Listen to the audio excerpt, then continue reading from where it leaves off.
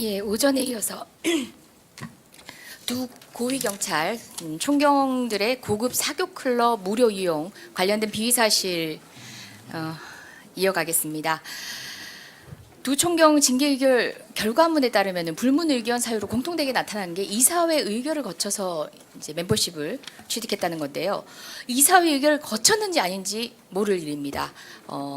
인정한 것은 서울클럽 총무이사의 진술인데요. 근거 기록을 확보하지 못했습니다. 구두로 진행됐다라고 얘기하면서 이사들의 확인 서명만 받습니다.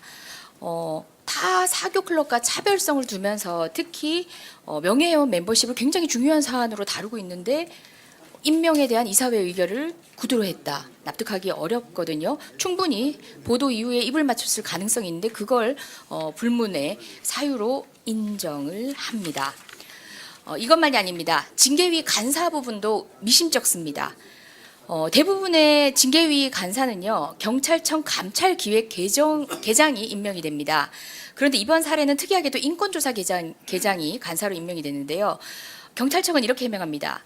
시민감찰위원회에서 심의 대상자 측의 방어권이 제대로 보장되지 않았다는 진정이 있었고, 이제 징계위에는 감찰정보 계장이 출석해서 진술하기로 돼 있기 때문에 그래서 인권조사 계장이 간사로 참여했다라고 하는데요.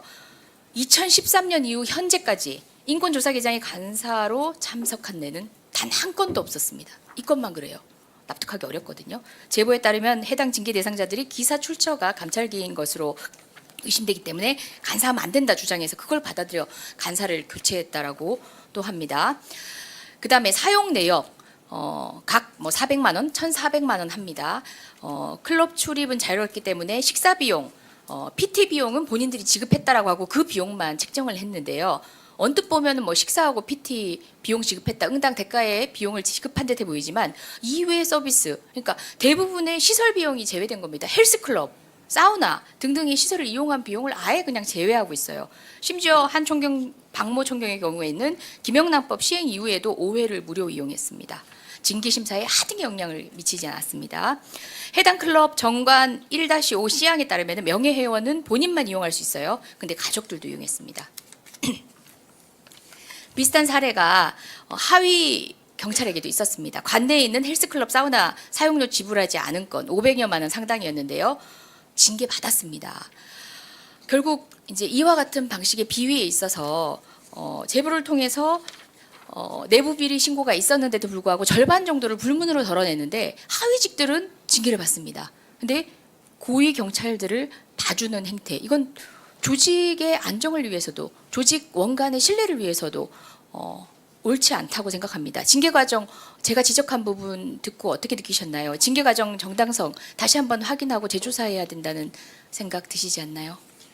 네, 의원님께서 말씀하신 대로 그 해당 사안은 저희가 징계의 그 절차적 정당성 그리고 형평성 등을 이렇게 잘 갖추도록 추진해 가는 과정에서 과거의 어떤 그런 행태에 따른 그런 절차적 정당성이 안 갖춰져서 해당 당사자로부터 강력하게 이제 진정이 된 사안입니다. 그래서 그 절차적 정당성을 한층 더 갖추어서 엄정하게 유독 이 하자는 사건에 차원에서 있어서 절차적 정당성을 갖춰서 정말 그간 없었던 간사가 간사 직무를 맡게 된 또 다른 직위가 간사 직무를 맡게 되고 그 다음에 증거 문제는 어떻게 해결하시겠어요? 통상 수사는 증거에 의해서 진행을 하잖아요. 근데 본인의 그 수사 원칙에도 어긋나는 것 같은데요. 다시 한번 조사하시겠습니까? 안 하시겠습니까? 그냥 갑으로만 답변하세요.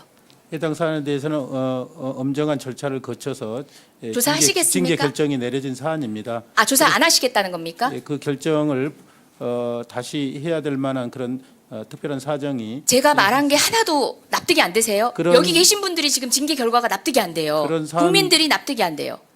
일단 X라고 보겠습니다. 다시 계속 지적하겠습니다. 두 번째, 지금 한남동 정보분실 폐쇄한다는 보도 있었습니다. 반가운 일입니다. 시대에 뒤떨어진 공간이었습니다. 정보분실과 같은 역할을 하는 게 바로 보안분실입니다. 27개 본청, 지방청 산하에 있습니다. 외부에 처리될수록 통제 자체가 어려워지기 때문에 옥인동 통합청사를 보안청소로 사용한다고 했던 지난 정권의 의견 동의할 수 없습니다. 청사내로 이전할 계획이라고 인사청문회 당시에도 밝히셨습니다. 네. 하루빨리 폐쇄해야 됩니다. 늦지 않도록 하실 것을 다시 한번 강조합니다. 언제쯤까지 이게 마무리될 수 있을까요? 진행이 언제는 시작될 수 있을까요? 지금 시작하고 있고요. 지금 가능한 범위 내에서 지금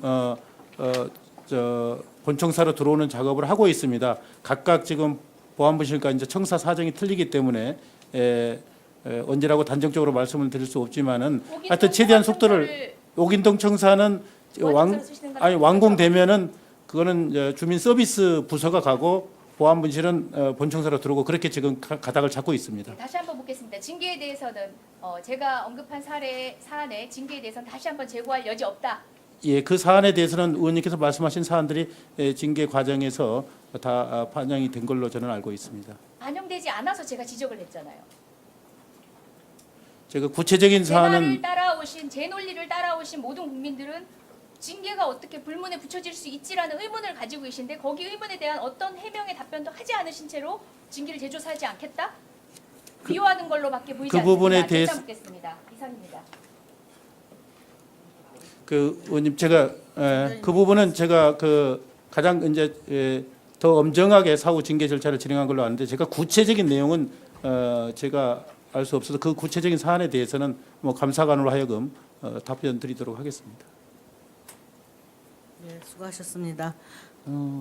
다음은 이진복 의원님 질의해 주시기 바랍니다.